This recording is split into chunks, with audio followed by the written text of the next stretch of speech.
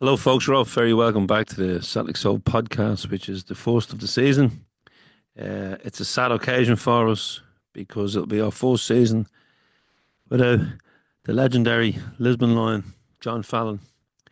We recorded this podcast with Phil Diffus, a legend of Scottish comedy and also the writer of a new play called Celtic Daz, a comic play, which we'll be discussing with Phil. Phil's CV is very impressive, from Spitting Image, Only an Excuse, Rob C. Nesbitt, Not the 9 o'clock News, all iconic British comedies and Scottish comedies. Um, Phil's CV, as I said, is legendary. He's a great guy as well. It was a guest on the bucket list that I wanted to speak to, and it was great to have him on the show.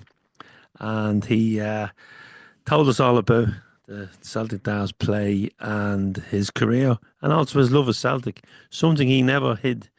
Um, while working at the BBC, when others would be a St Mirren fan or a Martin fan, when they were really one or the other of the big two in Glasgow. But we let Phil tell you the story himself.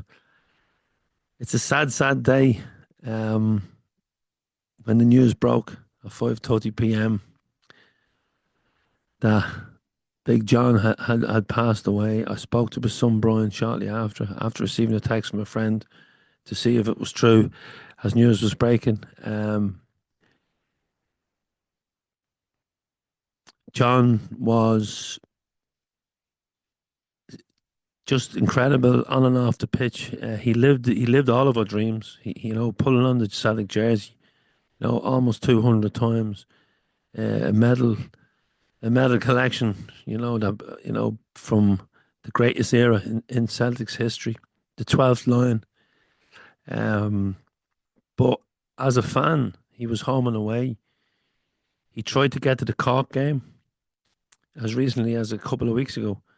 Now, John would have drove with Tommy Stevenson, his good friend, to many, many times over the island to appear at supporters' functions. I remember John calling me one Friday morning early. Will you pick me up in Dublin Airport? I'm doing a gig in Kilkenny for the Wolftown Supporters Club. Celtic had, I suppose, no other way of saying it, let the club down with a guest. They called John. John was on a plane straight away. I picked him up, drove him to Kilkenny. He done the gig.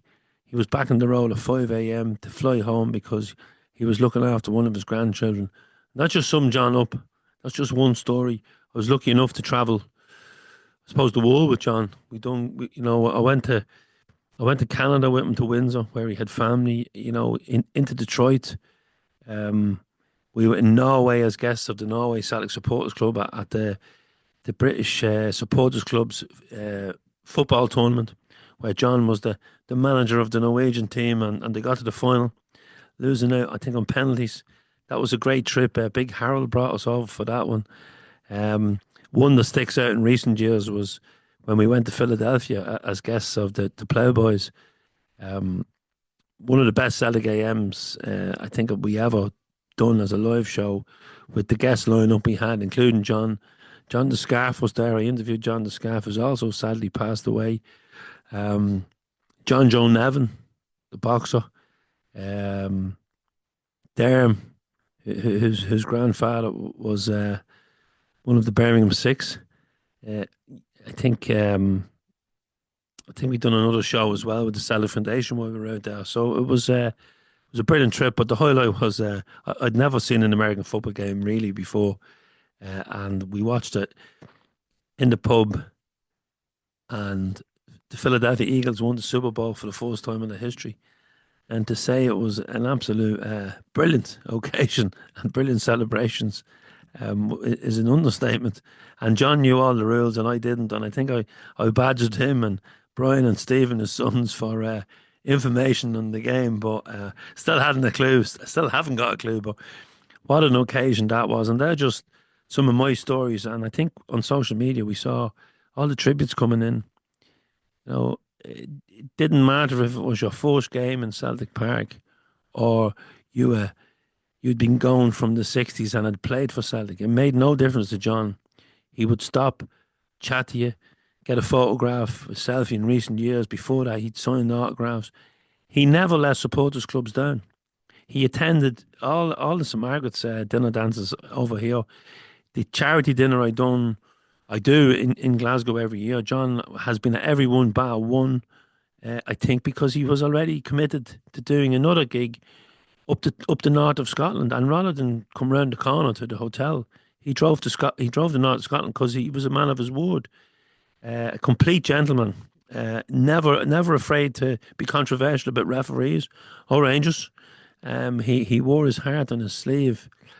We have a number of interviews in the archives with him, which we're going to dig out and put something together as a tribute to him. You know, because who better to tell the life story of John Fallon than John himself? And we're so glad that he was able to come on the podcast with us regularly. Back in 2001, when we started the fanzine, we met John, I think, in 2002 in Las Vegas. We arranged an interview. Henry McGarvey, who's been with us from day one at the fanzine. Henry went to his house, recorded an interview with him, and from that interview, John agreed to do a column for us, a regular column, and he's appeared in almost every more than 90 minutes since. We even have his latest column, which we will have in the next issue, which will be, a tribute issue to John.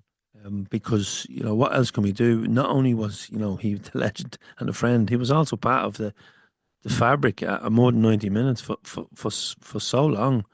I think we go into our 20th, 25th, 24th, 25th year this year, and John was there from probably late in the first year, because we started in 2001 in September, and I'm sure John would have appeared in maybe the August issue in the interview, and then maybe September. So maybe 20, 23, 24, 25 years John has been around the fanzine. And then as we moved into, websites and social media and podcasting, which we started during COVID, and videos and stuff like that, as we had to, John was, for a man of his years, he was so clued into technology. He was in WhatsApp groups and social media, Twitter, Facebook, and again, never afraid to air his opinion. And I'm sure he fell out with a few people over the years, but he's so honest. And his interviews with us have always been so honest about his time at Celtic, and his love of Celtic. So, I'm sure there'll be plenty of tributes done to John, but we will be dedicating the next fanzine to him, and we will bring out some. We have a lot of audio of John, so we'll bring out some audio stuff, and we'll also, I think we'll also do a tribute, maybe video show to John, because he deserves it. I think the last time we recorded him was after his 80th birthday, for a podcast. But we have so many other bits and pieces from John, a lot of his writings, of everything there, and I suppose it's great to capture, over 20 years of John Fallon, and then to capture his life on the audio. So yeah, we'll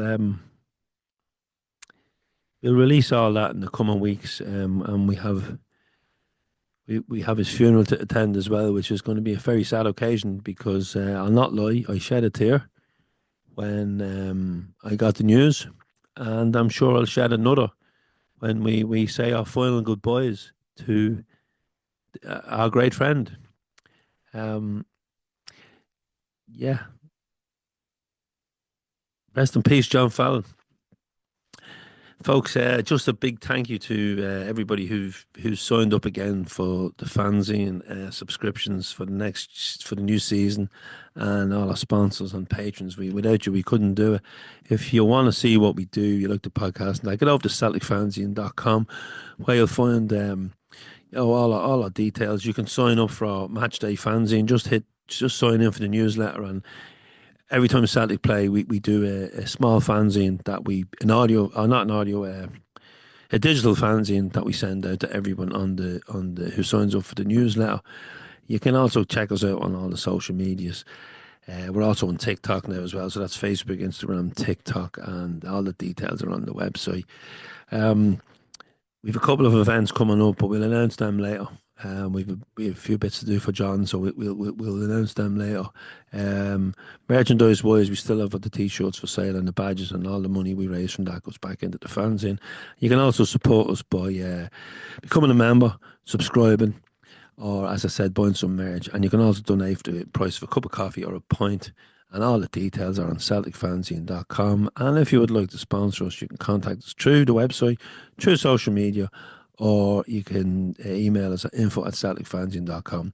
So, folks, thanks very much for tuning in. And let's go over to Phil now. Hi, Phil. You're very welcome to the Celtic Soul Podcast. You're a first timer in the show, but you've been very busy of lately. But you've got a new project. Yeah, I have indeed. But before we get into that, Phil, can you just give the listeners an introduction into your, I suppose you're a joint of Scottish comedy, but just give them an introduction on who Phil Diffels is from his professional life and his Celtic supporting life. Right, where do I start? I started as a writer of comedy in 1980. I wrote for Not the 9 O'Clock News and Spitting Image, among others. And I gradually developed my writing skills and my production skills came off that as well. And in the 80s, 90s, 2000s, I was in a company called the Comedy Unit, and we made programs like Only an Excuse, which was a Scottish football parody, Scotch and Rye, starring Ricky Fulton, Rab C. Nesbitt, Naked Video, City Lights. I can't remember. I didn't write and work for all of them, but that was our company was making them. So I learned about comedy and laughter, and worked with some wonderful people. And reached, that was, 1980 was 45 years ago, so that's a long time. You learn quite a lot in that time. And in all that time, I was always a Celtic supporter. Even when I worked in the BBC, where everybody pretended to be St Mirren supporters and Aberdeen supporters and Hearts supporters, to me there was Celtic supporters and the rest. And there was a few of us in the BBC. To be fair, there was a few of us, and that's always been there in my life. Way back when I was 5 or 6 years old, and I knew my father was a Celtic supporter, although he'd stopped going when my sister and I came along. He had given up watching Celtic. His favourite player was Charlie Tully. And so it was up to my uncle, Harry, and my uncle William used to take me to the Celtic games. And that was the beginning of a wonderful, I don't know, what would you call it, with a football club, a relationship. And it's been with me ever since. And so it's no surprise that the latest thing I've been working on, I write plays as well, is Celtic related, and that's why I'm on to tell you about it. A play called Celtic Daz, and I'm a Celtic Da. I don't know what age you become a Celtic Da, but I certainly am. And a lot of my friends are, and I thought I would celebrate Celtic Daness by writing a play. So that's what I've done, basically. The first time I heard the term Celtic Da was probably during the COVID season when we surrendered the season. We surrendered the 10 in a row to Rangers. It was a tough season. It was a tough watch, but that's when it first came, because social media was very angry during COVID, and I think some of the younger team were taking offence to the statements of, you only know what it's like to win. You've never been, anyone who lived through, I suppose, before the Great Lisbon Line era, and then from my point of view, the 90s, they were barren times. And I think that there was kind of a little divide, even with the opinion of, what being a Celtic fan was. When did you hear the term? When did I first hear the term? It was probably levelled against me as an insult during that period that you talked about. Uh, my point of view is, regardless how many times Celtic win the league, win the cups, I just want them to win every two. I never add them up. I just the next one comes along, and I want to win it, sort of thing. And I was never obsessed with 10 in a row because I wanted 20 in a row, 30 in a row, 40 in a row. I've always been like that. I just want them to win. I don't care about the numbers. But I was having a conversation. I can't remember exactly where. We were a couple of the younger guys, and they were being nice to me in a patronising sort of way. And I said, "Listen, we can't win everything." And I heard myself saying that, and I thought, "God, what am I saying that for?" And they just said, "Oh, you're just a Celtic da." And I mentioned it to a friend of mine. I said, I've just been called a Celtic da, and I don't know whether to be insulted or not. And so we had a discussion about it, and it seems to be. I think it's an insult when it comes from the young team. I say they were dismissed as Celtic dads. But what we found when we did the play initially was that Celtic dads wear their danis, if you can call it that, with a certain pride. It's we're the ones who went through the lean spells and what have you. We know what we're talking about. So I see it as a kind of friendly term of endearment, but some guys take offence at it. But I think it's fine. I'm happy with that.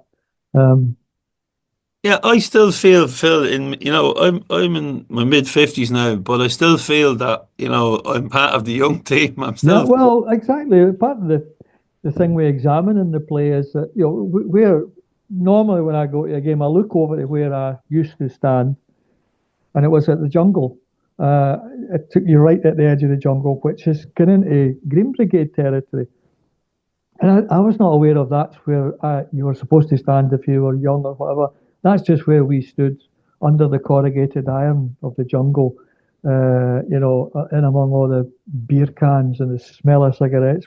A thoroughly miserable experience, I have to say, but you sort of look back on it with fondness. So in a way, there where I was looking at us and, looking at us old guys, telling them, what was really good and what was bad and what you should do and what you shouldn't do. And one of the things we explore in the play is the fact that, we should be able to work together on it. And I think we do. I think when the 90 minutes start, it's all about Celtic. And it's afterwards that we can find something to argue about. But, I don't think, personally, I don't take it too seriously. At the end of the day, we all want Celtic to win. And we should never lose track of that. We should always remember that. And anybody who's out there wearing the hoops are worthy of our support and our admiration, because they're doing what we dreamt of doing and never did. So that was my thoughts anyway. And to show you how where a Celtic da behaves, by sheer coincidence, 2 nights ago I was in the Stand in Glasgow, which is a comedy club, because I do stand-up comedy as well. And in the crowd, in the audience, was Anthony Ralston.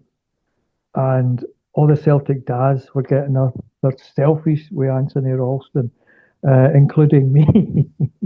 And I was in absolute awe of the guy. What age is he? 22, 23 or something. This guy plays for Celtic. That trumps everything that we'll ever achieve. And what a lovely guy. What a really nice guy. He had patience and time for everybody. And it's the way a da approaches a player any chance of yourself, Anthony, that sort of thing. It was lovely. It was lovely. So that I wear my Danis with pride, as do the two guys in the cast. To be fair. yeah, before we delve a bit more into the play, just Ralston, yeah, he is a lovely guy. I remember when Anthony was out of the picture at Celtic, he was out on loan, and we were travelling over to, I don't know if it was a League Cup final or a Scottish Cup final from Dublin, and he was on the plane, and he didn't have a ticket for the game, and he was a full Uh, squad player who was out. uh, We were saying, "Do you want a ticket?" Oh, no, I've made arrangements to watch it with me mates. uh, well, Wow, do you know, what could his career have been if he had to made it at Celtic? And then he comes back, and because of whatever circumstance, he comes back on loan. He gets into the team, and he's been ever present in the squad since. no, and he's never let us down. Everybody can make a wee mistake and things like that, but in terms of effort, 100%. I said to him on Saturday, I don't know if you noticed if you were watching the Celtic game with Newcastle, when Anthony Gordon came on, the flying machine Anthony Gordon, the first thing Anthony did was clatter him and let him know he was there. And I said to him, I noticed that, and I noticed the smirk on his face when he did it, and I said, I just love that. He's no, reputations don't bother him. Oh, this is Anthony Gordon, the flying machine. Bang, Anthony Helm. And he provided me with, genuinely, in what, 50, 60 years watching Celtic, one of my most favourite Celtic moments when he scored that winner up at Ross County a few years back. If you remember, it was about the 99th minute, and he flew through the air and scored. And honest to God, that's one of my favourite moments in all the years I've watched it, because I really felt we were being cheated that night. Starfelt had been sent off and everything, and it was all just the fates were conspiring against us. And Tom Rogic, I think, flicked the ball over, and Ralston put up. Oh, I just love that moment. So for that, if he does nothing else with his life, that's good enough for me. I could live with that. I could settle for that. Watch that goal back on TV or one of the highlight reels. John Paul Taylor is in the corner. Yeah, that's right. The camera zooms on him, and he runs to him, and it's just like, it's like, it was like, there's moments, like where there's goals go in and you celebrate. There's goals go in and you just go mental and you lose all sense of your faculties, and you're lying on the ground and you're kicking your feet in the air. And that was one of those moments. It was just like, oh, it was just wonderful, wonderful moment. So as I say, it was great to meet him. What a lovely, lovely guy he was. And the fact that he was there to see us, that was like, all these comedians, so that was great. So you've worked with so many comedians, and as you said, you do stand up. Now I know in the play that the two lads that are performing the play, they're stand up comedians. Is that correct? Yeah, they are indeed. They're all friends of mine, Raymond Mearns and Bruce Morton. And I when I first came up with the idea, they were the two guys I had in my head. You couldn't meet two more different guys. Raymond sparks with energy. He walks into a room and he brings all this energy with him. It's a very bubbly character. He's always on. He's always cracking jokes and this sort of thing. And he's got this mad stare. I mean, his eyebrows got me, stares at you, things like that. And people can be intimidated by him. But audiences, generally, but he's an incredibly funny guy. Bruce, on the other hand, is the most laid-back guy you've ever met in your life. I mean, everything he does it very slowly, and his delivery is very slow, and his movement is slow. And they were just such a contrast when they're on stage. It's a two-hander. The energy and the crackling energy of Raymond, and Bruce is this like slow, the tortoise in the hare. He's very calm, and he's asking him to think about things. And Raymond's character's manic and balling the odds, and getting carried away and everything. And so they were the guys I wanted to do it. So I cast them. What I find is that I knew I've worked with them before as actors. I've given them parts, and because I direct as well. I'm coming over as a bit of a smart arse here. I know that all the things that I do, but I directed them as well, and I knew they could both act. And I knew that they had a chemistry. The contrast of the characters would work. So we rehearsed, 2 weeks rehearsal. We performed it once at the Glasgow Comedy Festival at Oran Moor. I don't know if you know, it's in Glasgow, West End of Glasgow. Sold out. It was one of the first plays, things to sell out at the festival. It was ram-packed with Celtic dads and a few youngsters as well. And interestingly enough, a few non-Celtic supporters were interested to see Raymond and Bruce and that, and what I'd come up with that, and they came up, and it couldn't have gone better for us. We touched the nerve, we got it right. The dads that were coming up to us at the end, they all looked like us. It was like their voice, we had spoken for them. And to be fair, there was a few of the young team were there as well, grudgingly. I know bad.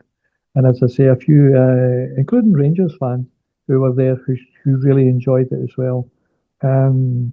Because they said it was a kind of every fan goes through the same, the emotional journey. Although it is very much aimed at Celtic fans, shamelessly. I thought, we get it up, Rangers. That's the main thing, isn't it? We sing our praises and we get it up then, and that's it. The casting, because you've just summed up the two lads that run our supporters club. Mm-hmm. Form the club and run it. One is the loud brash looking for the laughs, and then the other one is the more the thinker, the quiet. And I have them two on match day, on a weekly basis, and it's incredible. I think it's a lovely thing too. It's actually somebody said this to me, and it's true. It's actually a bit of a love story because it's two characters who have been friends since childhood, all the way through primary school and secondary school, and all their lives have gone separate ways. But on a Saturday, this is what a Saturday, whenever it is the game's on, they come together for this thing, and they're back to being boys again, basically. And it's kind of based. It's based in part on myself, and on two friends, another two friends of mine, who they went to school together. They left school, different careers, and years and years and years later, one got in touch with the other and said, "Fancy going to the games again?" This is after about 30 years or something. And they go to the games all the time and they sit together and they say, we wear beige car suits and bonnets and scarves and everything and complain about the weather and the tea being too hot and tea being too cold. But it's brought them back together again, and it's just such a lovely, lovely thing. And it's about that. It's about your pals. They come and go. Excuse me. They come and go, but Celtic remain. Do you know what I mean? It's the thing that bonds us in an awful lot of ways. Sorry, I always get emotional when I talk about the old days. I don't know if you ever saw, there was a documentary we made. I didn't make it. It was made a few years ago called Summer of '67. It was about the Lisbon Lions, and I was interviewed on it, and I just bubbled all the way through it because I kept thinking about the Lions and going to the games with my uncles and things like that. Or, people that have passed away, and that thing. It's a big thing. What is it? You've got Celticitis or whatever you want to call it. That family thing that bonds us. And no matter what's happening in the world, in your life, you went to Celtic and they for 90 minutes they made you forget all the bad things. And that's the way I remember football in the 60s and 70s. And then you get to the 90s and they reminded you of all the bad things. But it's cyclical and all. We're going to come out it and come round it. But so there's a lot of emotion in it as well. But that's the thing that we've got. That Celtic fans have got. I think we've got soul, and I think that's important. Yeah, I think it's like you say, old friends, but I've met so many people from different backgrounds, from different walks of life, true folly in Celtic, and even last week in Portugal, I met two lads and another lad who didn't know each other, but by the end of the trip, they'd become mates. They'd exchange numbers or Instagram or whatever, and it was if I hadn't seen them maybe since Rob was the Aberdeen away game last year. Seen him, and I hadn't seen Carl in about a couple of months. But the conversation around the table in the bar was just like as if we exactly. Oh, it's the thing that bonds us, isn't it? We're all bonded by that. I don't know, the Celtic family or whatever you want to call it. And the thing I always cite is I was visiting my niece and her husband in Essex about 3 or 4 years ago, and we were in Southport, sort of the typical English seaside town, and we were walking along the front, and Stephen was wearing a T-shirt with a tiny wee Celtic badge. It wasn't a big, we are the hoops or anything, Green Brigade, get it up there. It was just a very subtle wee thing. We were walking along, and there was a guy walking towards us, and just as he passed us, he just said, "Hail, hail." That was it. And it was just, Stephen was kind of taken aback by it. And I said, is that no wonderful? Here we are down here. There's no, that's all he said. Like, the guy wasn't wearing colours or anything. He just went by and just went, "Hail, hail," and just walked past. And I went, yes, that's what it's all about. Lovely. So like the play is like it's even though it's a play of fiction, but it's really non-fiction because Mm-hmm. you're writing from your memories, and the way you've described the two characters are two of my mates. Yeah, And I think that's a good way of putting it. Sorry to interrupt, Andrew. they're Carry both best mates from childhood. I'll mention them, Hilly and Tommy, and they came together because Hilly came down from the north in the 70s, and the first guy he met was Tommy, and they just became they're inseparable. They're like best mates. I on. say the wives are jealous at times, but Oh, it's a beautiful and it's a great thing. I just always equate to or relate to when we were boys, all the crowd of us, and we still see each other, not as much as we used to, but we always text. There was a one of them. I always remember it was after an Old Firm game, and Celtic had won, and one of our guys said, we're sitting in the pub, and one of our pals says, "I don't care that the sun doesn't shine as long as we beat Rangers." That was it. Well, he actually said, "They bastards," is what he said, but I can't possibly say that. So every time whenever we beat Rangers, there's a whole load. The texts come in, "I don't care if the sun doesn't shine. Complete the following." We just that's the way we look at it, sort of thing. We have a laugh about it. But it is that thing, when we do lose, it's terrible. And I also am like 2 days getting over it, waking up the first thing in the morning you think about is like we got beat.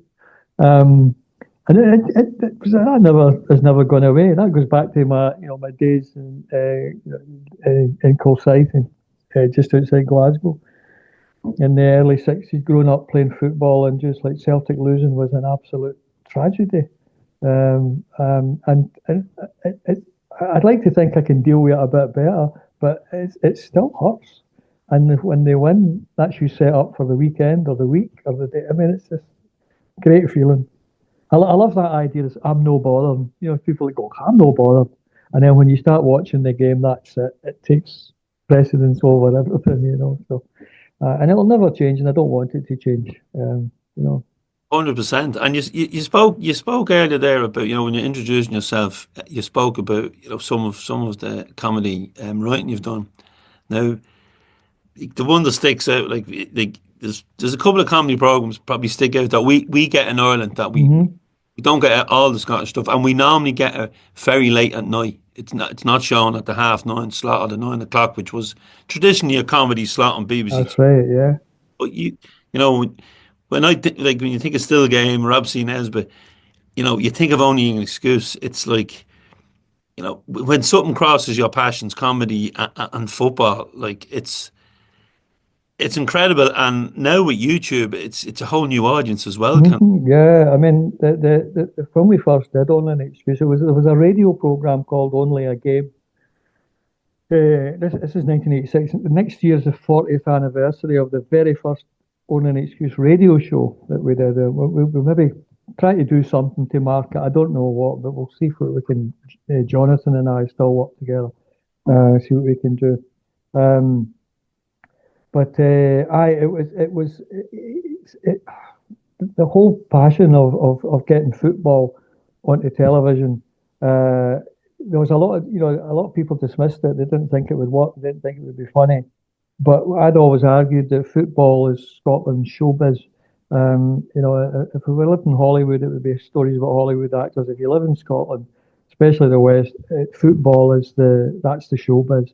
So I felt we were tapping into an audience that were already there, and I think we proved that over many years. And we've done tours, we've done theatre, we've done radio, we've done telly.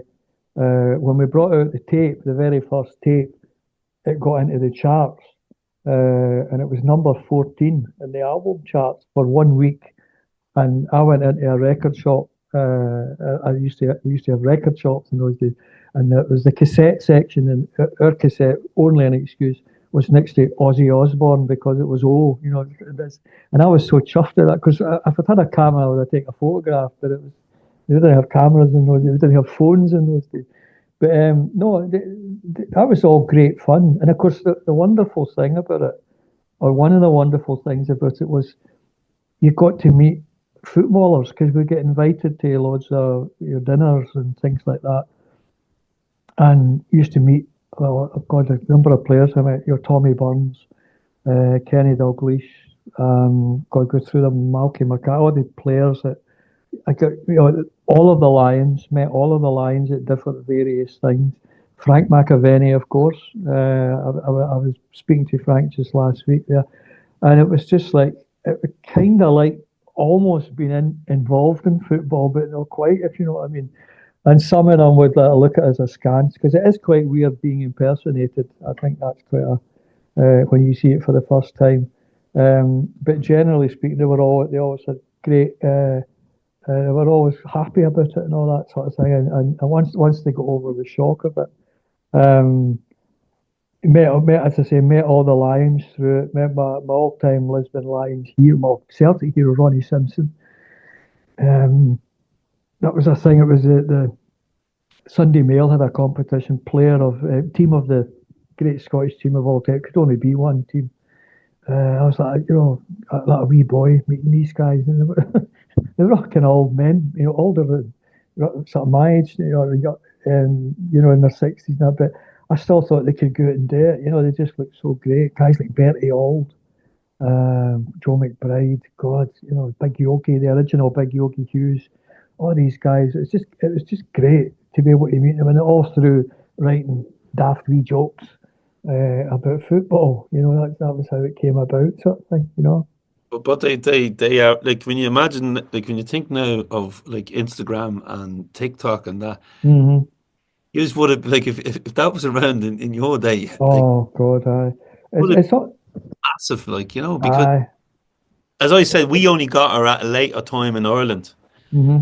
The only reason we watched it was because we folly Celtic, and Aye. like when you think now, like I work in the event game, and there is comedians, and they've just become overnight sensations. And Oh, I know. I've actually got a picture here. I mean, this is not. I didn't know you could talk about this, but I don't know if you see it. Can you recognise that? Rab, It's Rab C. James, and James A. And Eric Cullen, who was Burnley, and Andrew Fairley, who was Gash. But James A. I don't know if you know Tony Roper. Tony's a huge Celtic fan. Yeah. and he says right in front of me in Celtic Park. Yeah. I still see him. Tony and I meet up every. There's one of the guy who directed Nesbitt as well. He meets up. We meet up every now and again, and it is three old men, Celtic granddads probably, and we sit there and Roper's in great form. He's something like 125, Tony, and he behaves like a 15-year-old. He's Oh, great. passion, and he's Oh, angry. I know from first hand. well, I've been. I mean, you'll know what he's like. See when he loses it. I mean, it's he's and you're pulling him down. You're saying, Tony, please, think of your hat. Oh no, I love him to bits. So we've had some great laughs for that. That photograph was taken in Blackpool. The episode where they went to Blackpool. And again, people you meet. What's her name? Angie from EastEnders, Anita Dobson. Yeah. She was in that, and her boyfriend at the time, or her husband now, was Brian May of Queen. So she's sitting in the bar with Brian May of Queen, and we're just sitting, can't believe that these things that happen, The other one is a football story. We did an episode on Nesbitt in Amsterdam. I don't know if you remember that episode. And we were staying at the Amsterdam Hilton, as were Juventus, who were playing Ajax the next night. And we were in the bar with the Juventus players, which was just the most surreal thing I've ever, got. it was autographs in those days, and they were on the television on the Dutch TV, and they were speculating as to whether, as you remember, a guy called Alan Boksic. Yeah. They were speculating as to whether Alan Boksic would be playing or not, and we knew he wouldn't because he was in the bar with us, knocking him back and smoking like a lum. And so he's not playing. They're going, I wonder will Boksic play? No, he's not playing. But it was great. It's great. And the following evening, when they were leaving to the game and they all walked out, we were sort of giving them a nod and all that. Del Piero, Torricelli, Zidane was playing there, Delivio. Peruzzi was the goalkeeper, and Mancini. What a team! And we were on nodding terms with you. But I don't think they still remember us right enough. Good luck tonight, boys, and all that sort of thing. And big Alan Boksic is still in the bar, So well, with some laughs that day, that was fun. That was fun. Good old days. And your two big things, comedy and football. You can't, absolutely, and that to be in a way of taking comedy and applying it to football, that was dreamland for us. It was, as I say, there was a reticence. People will never buy into this. People not. I says no. People. I always argue people know more about football than they realise. If your partner, husband or wife or whatever is into football and you're not, you're still picking up loads of things about football. Essentially, you're picking up the way we behave while we're watching football, and I think there's something basically funny in that. And we can laugh at ourselves. It's okay to laugh at yourself at the state you get into watching a football match. I mean, at the end of the day, it's ridiculous, but it's still, it's glorious. I actually still play football, believe it or not, and not walking football. I live in a sides. And it's because I'm a goalkeeper. I'm a sweeper keeper, right? Ronnie Simpson was my idol. I didn't become a keeper when I got too old to run, right? And I've always felt this thing about football. No matter what week you have, we all turn up. I'm the oldest by a bit. There's a lot of guys in their 50s and a few in their 40s. And we play 11-a-side with a referee. It's usually 80 minutes. Sometimes we get to 90. It just depends on, if we've started late or not. And when you're standing there waiting and the ball's in the centre spot and they're waiting and the referee blows the whistle and we kick off, it's this wonderful blank canvas that you have. It's the game. It's 2 seconds old. There's no goal. Nothing's happened. What's going to happen? And you don't know. It's so fluid. It's wonderful. And you step out of all the boring crap that you're dealing with. And all that matters for that 80, 90 minutes is the game. And it's just, I love it. I love it to bits. And then you step off and you go home and you lie on the couch and you take Nurofen Plus for the rest of the afternoon and you sneak extra ones. And your wife's saying to me, you've been taking Nurofen Plus? No, mate. And then the week comes round and then you're back out again, sort of thing. And Neve said, the score doesn't matter. Of course it matters. we got gubbed yesterday and I was raging. So, that was I love it to bits, football. Do you mind me asking what age you are? I'm 69. I was 69 in May. I'll be 70 in my next birthday. I'm going to, how every now and again on the news, you see some old guy in his 90s still playing football. That's going to be me. And I always think that, pick up a wee injury, or I've been relatively okay. I did my shoulder a couple of months ago, and that was pretty bad. Ironically, it was a shoulder injury that finished Ronnie Simpson. And I thought, this will be me. But I went and got therapy, and back again. And then what we did, one of the guys had extra cash, and he bought one of those cameras that you stick on a big pole, and it follows the ball. Actually, I use it for training. A lot of, it's not really that expensive. So we basically film the game. And it's only one camera, you film the game. And sometimes you see yourself and you think, oh my God, how slow I am. And other times you see yourself and you think, it's actually not too bad. I look quite good. So there's a bit of that. And of course, there was a big, one of the guys, something gets sent off on Sunday, which is unheard of. So the chat has been, we've got the footage and we've slowed it down and all that. Should he have been sent off and everything like that? It's very, very funny. But we have a great laugh. I'm in love with the game. I just love watching it. But playing it is the real deal. I mean, absolutely the joy of that. And then, of course, watching Celtic. It's all related. It's all intertwined. I noticed Ronnie Simpson on your wall. Yes, aye. Where I'm around over here. Earlier on when we were speaking, I copped it on the wall. You were sitting in a different position. Yeah, that's right. I've got a picture. I've actually got a few pictures of them. That one there. That's one there. Up there's John Wayne from the Alamo. Up there. It's another hero of mine, John Wayne. It's not very fashionable, but I always liked him as well. And I've always the house. There's football things all over the place, including the year I won Player of the Year, which was about 15 years ago now. Player of the Year and things like that, and my one football medal,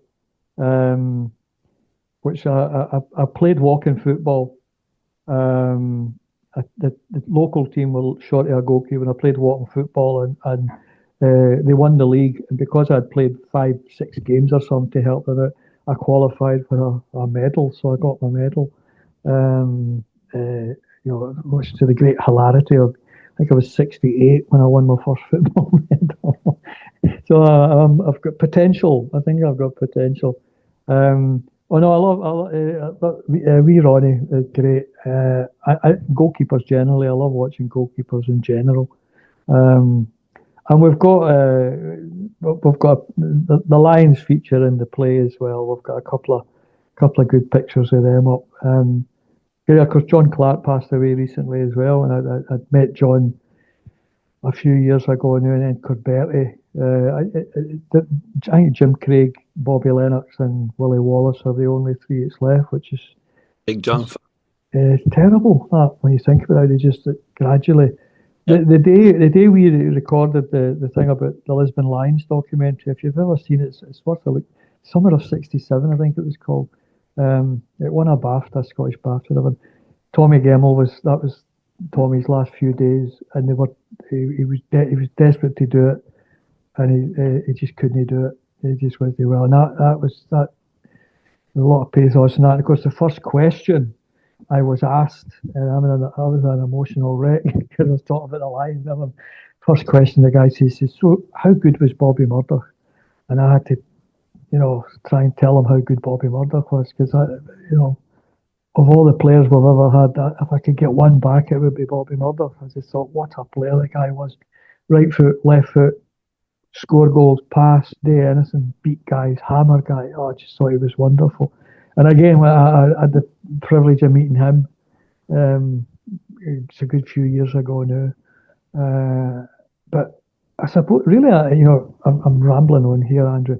I'm in awe of these guys, and anybody that plays for Celtic is worthy of our respect. And also, when guys are getting a hard time, I still think it's wrong. Even in the cup final against Aberdeen, when we're relying on Johnny Kenny and Yang are on, and everybody's getting top. And I was saying, God Almighty, the guys are trying their best. For goodness' sake, you've got to get behind them. And interestingly enough, I actually thought, I think Johnny Kenny's obviously gone away, and he's worked really hard. Over the summer, I thought he looked a different player in the Newcastle game. He was quite good. Sorry, he played quite well. I thought he played. I thought he looked bulkier, and I thought he was battering them. I think at the moment, the problem at the moment, I think they've been awful hard on Ida at the moment, and that the way to get guys to get into the way of things, start playing again, isn't it? You start shouting and groaning every time they get the ball. But you see, I've always been like that. I don't get that howling at guys whenever they make a mistake. But a lot of Celtic dads do. So I'm kind of the voice of reason when it comes to things like that, And listen, you'll be the same as me. Transfer window, we always get frustrated during the transfer window. And we're always checking all the websites to see if there's any rumours or anything like that. But we've got to trust them. There's nothing else. We need to trust them. And what I've seen of the football, I thought we looked really good against Sporting Lisbon as well. And we were more direct, and I'd love to play like that. Johnny Kenny's goal on Saturday, Schmeichel looked up and pinged this thing out. You remember it? The length of the pitch. Goalkeeper comes out, makes an arse of it. I felt for the goalkeeper, not that much, but I did feel for him slightly. And then Johnny Kenny said, "That's how simple it is. It's a simple game, and you play it like that rather than the." You don't know that was Celtic, but it's normally played out from the back. I know, and it's different because I suppose when we're playing any other team in Scotland, maybe apart from Rangers, everybody sits in, and it's difficult. But I still think the guys that make the guys that have got the guts to make the through pass, and the Swedish boy looks good. I think he looks good. Nygren, he looks like he could do that. And when Hatate does that, just take a chance. But this. The idea that we have to keep possession, it can get a bit boring. But it doesn't. If that's the way they want to play it, that's the way they want to play it. As long as they win, I'm happy. And then when they lose, I'm 3 days getting over it.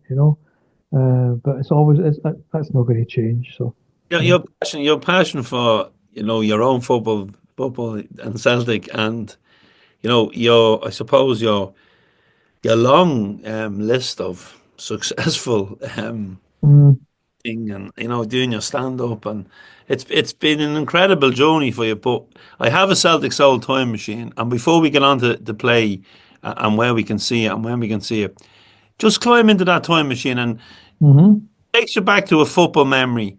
Where does it take you? And in your professional career, if you could go back somewhere, where would it take you?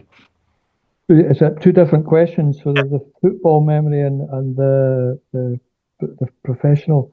I'll start with the professional one. There was a night. I hope this fits in there. There was a night we were touring only an excuse. Johnny Watson, Tony Roper, and I was the director, and they were on stage, and we were in the Pavilion Theatre in Glasgow, and we were. It was a kind of piss take of Scott Sport, which we used to get with Jim White and Jerry McNee. I don't know if you remember that. And it was Rangers' run to the semi-finals of the European Cup. And Johnny was Jim White, and he kept going, so Jerry, he's saying to Jerry McNeil, Tony, so Jerry, Rangers ravaged with injuries, but Jerry, they got the result. And then Jerry would slag him off, sort of thing. Now, me doing it, I'm not very good at doing it. They did it better. But the audience reached a state of hysteria, mass hysteria, laughing at Rangers, basically, is what they were laughing at, and the way the media were fawning over them to be like that. And to be in the pavilion, 1,500 people, literally helpless with laughter. Johnny and Tony had to stop and wait for everyone to calm down because they couldn't perform. And honestly, it was literally 5, 6, 7, 8, 9, 10 minutes with the audience hysterics. Absolutely. That was, for your jokes to reach that level, that was incredible. And as I add on to that, on the same night, Johnny used to come out at the end as Frank McAvenny with a wig and the big teeth. And he would stand there for 10 minutes. And again, the audience just went into raptures. And he would wait and wait and wait and wait. And then he would finally say, "Where's the birds?" And everybody would start again. And those moments, it's just wonderful. Because if you're in comedy, you're in it for laughs. The laughter validates what you've done, the joke you've written. They laugh. And that's the ultimate reward is getting that sort of thing. So that would be it was a night at the pavilion when that happened. It was just like I thought we were going to have to send for the fire brigade and hose the people down or something like that. I've never seen a reaction like that. It was wonderful. My Celtic, well, it has to be Lisbon. It just has to be Lisbon. I remember my dad was working. He was an ex-miner, and he was a greenkeeper at Dullater Golf Course outside Glasgow, and he was working late. So I was watching the game myself, and it was a black and white television. And as a special treat, it was sunny outside. I was allowed to draw the curtains so that you got a better picture on the television. You're too young to remember that, but the black and white pictures were so bad. If you drew the curtains, the picture was better. And I remember The Inter Milan goalkeeper was a guy called Sarti, was outstanding. He was saving everything. I think Celtic something like 32 shots at goal or 28 shots at goal or something. Whatever it was the highest number of shots at goals ever in a European Cup final. This guy was just pulling him out everything. And I remember the frustration that it's not happening. We're close. And then it has to be the moment like Tommy put the ball.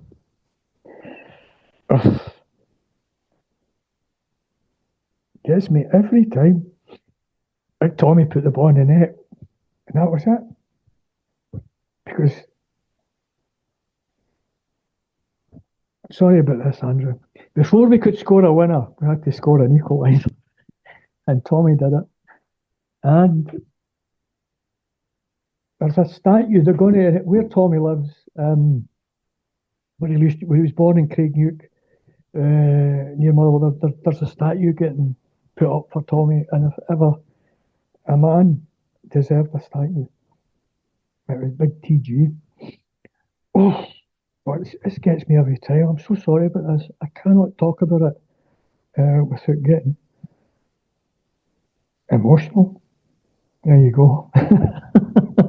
But I'm the first person to greet on your programme, on your podcast. Talking about good times. Oh dear. Yeah, good. They're good tears, Oh no, they are. That's the thing. It's kind of hard to explain, but it's every time. I think people, yourself excluded, I think they always deliberately ask me to talk about the Lions because they know what I'm going to do. But I remember when we did the documentary, I was walking down. I was at Shawlands near where I live, and there was a bus driver shouted out to me. He says, "Oh, Phil," he says, "he's still greeting about the Lions." I said, "Always anyway."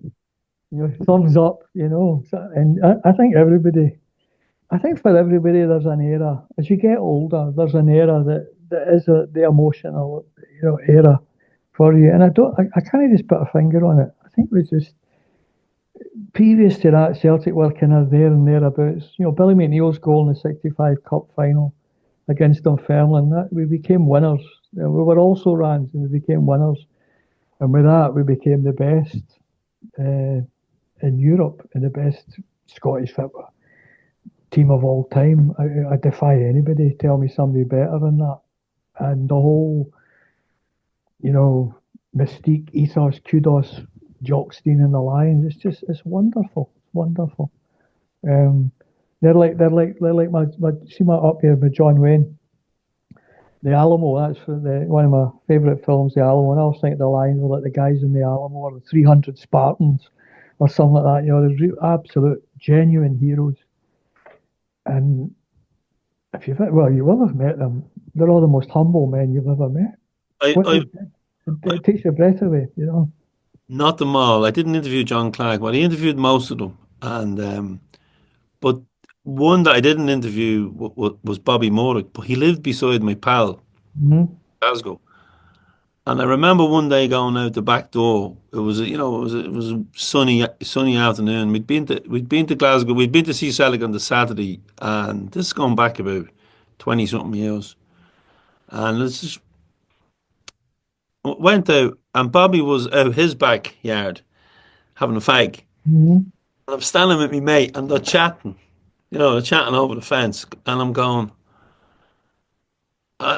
this is, players have functions, you bump into them at football games, but you don't walk out the back. I know. Mate talking to Bobby Morrick about, life. Oh, we had the game yesterday. Ordinary things. I mentioned Bobby earlier. Of every line I've interviewed, both, at functions on stage or for written in the fanzine, every one of them speaks about Bobby Morrick. As the footballer he was. They all say he was the best. He was the best player.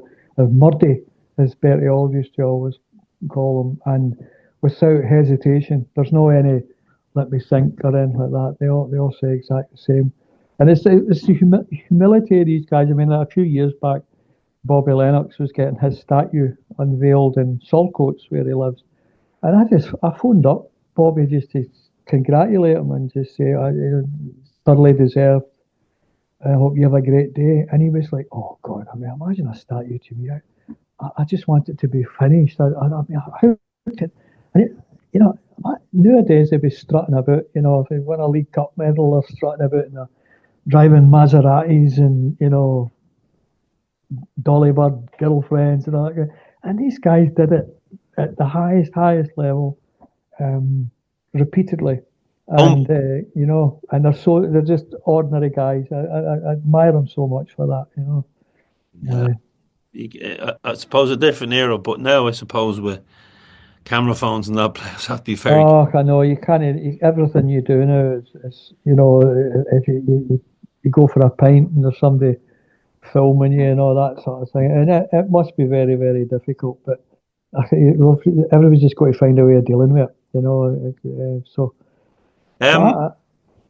Phil, just before I let you go, can you just give the details of the play, because that's what that's we want to.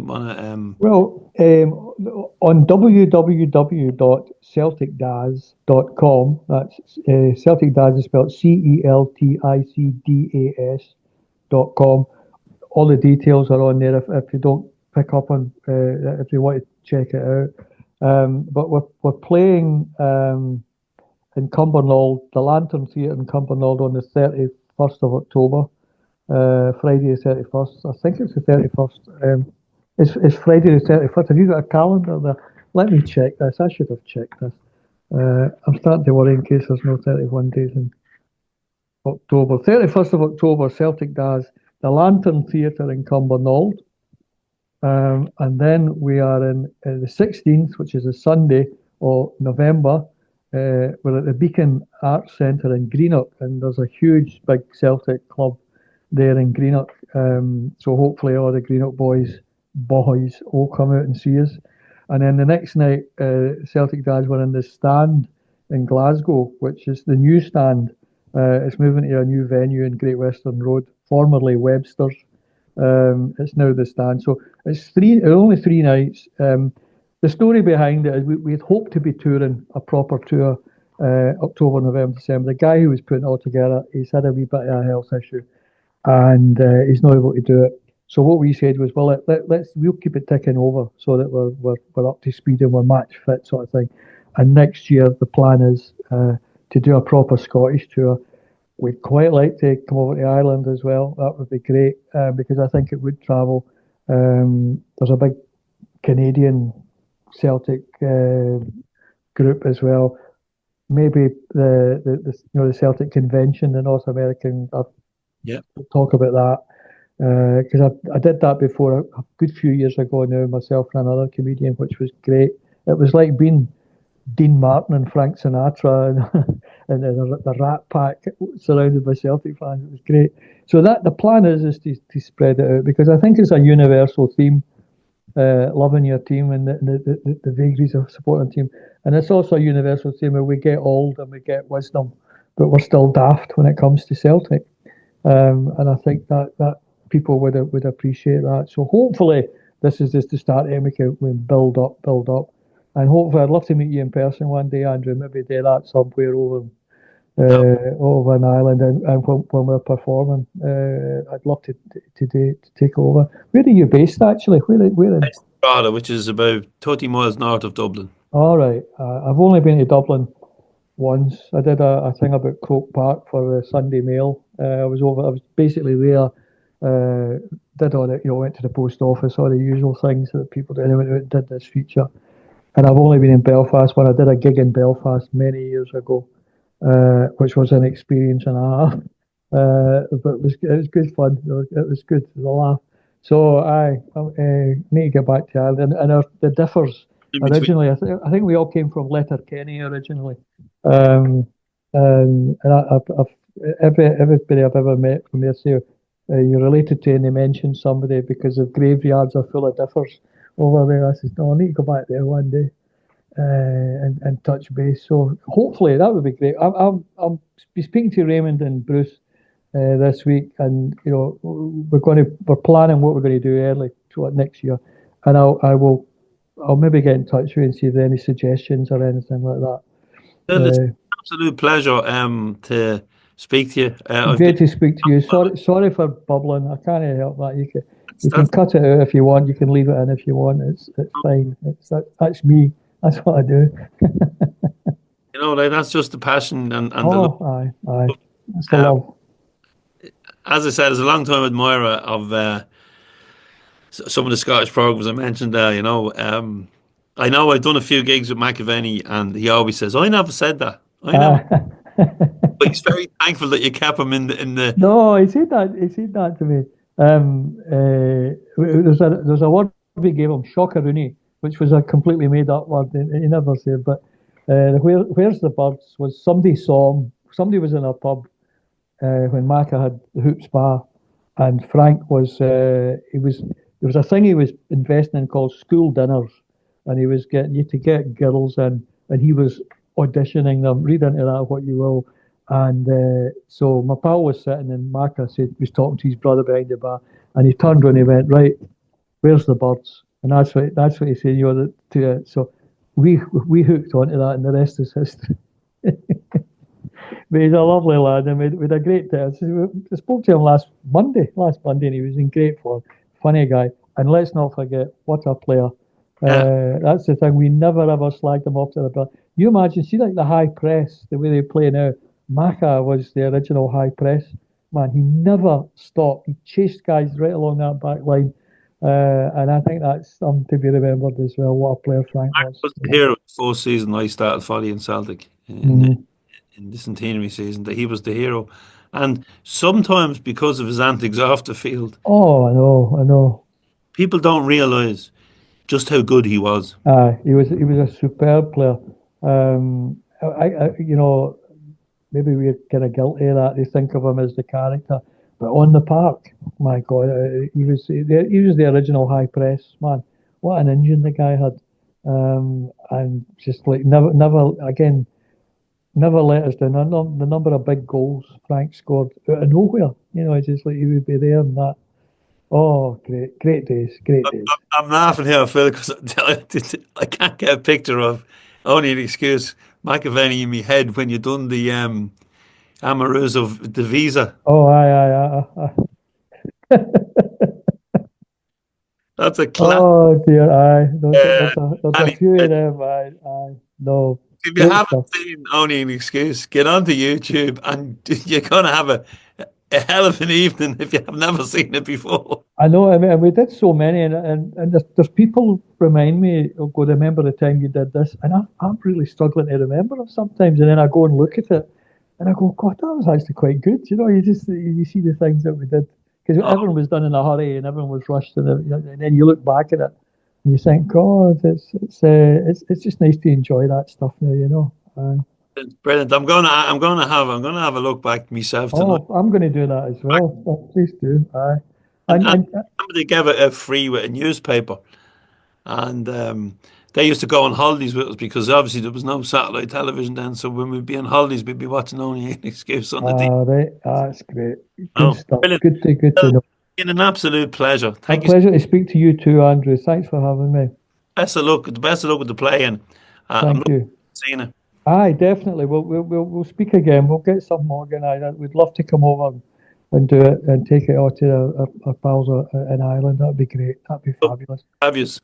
Right, and I'm glad we managed to get this. It was so worthwhile persevering, and we can get to speak to each other.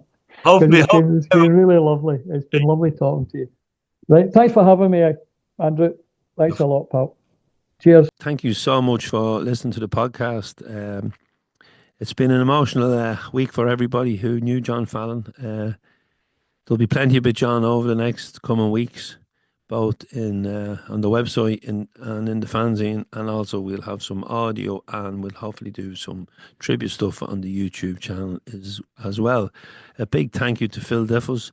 If you want any more information on Celtic Dars, visit celticdars.com. Quite simple. You'll get all the gig dates and ticket information there. It was brilliant to have Phil on. And like John Fallon, you can see how emotionally he is attached to Celtic. A great fan, a great person, a great writer, and even finds time to do stand-up comedy. So a very, very talented guy, and we wish Phil all the best with the play, and we look forward to seeing it ourselves. And as he said, maybe we'll get it over to Ireland so the Irish fans can get a look at it and get a laugh, because we all need a laugh now and again, don't we? Folks, as I said earlier on, thanks very much for all the support. If you want to support us, you can visit celticfanzine.com, where you'll find all our blogs, news, podcasts, videos, information on events coming up, and our online shop. And you can purchase a t-shirt, a fanzine, or a badge, which supports us greatly. And also you can subscribe to the fanzine, which is the best way to make sure you never miss an issue of the fanzine, which is we will send you a print copy in the post, and you'll also be able to get access to our digital library and each digital edition before the postman drops the print copy into you. You can also support us by becoming a member, and also you can donate for the price of a pint or a cup of coffee, and we thank everyone who does. If you'd like to sponsor the podcast, please email us at info@celticfanzine.com, or contact us through the website or on our social media. Folks, that's all for this episode of the podcast. Thank you very much.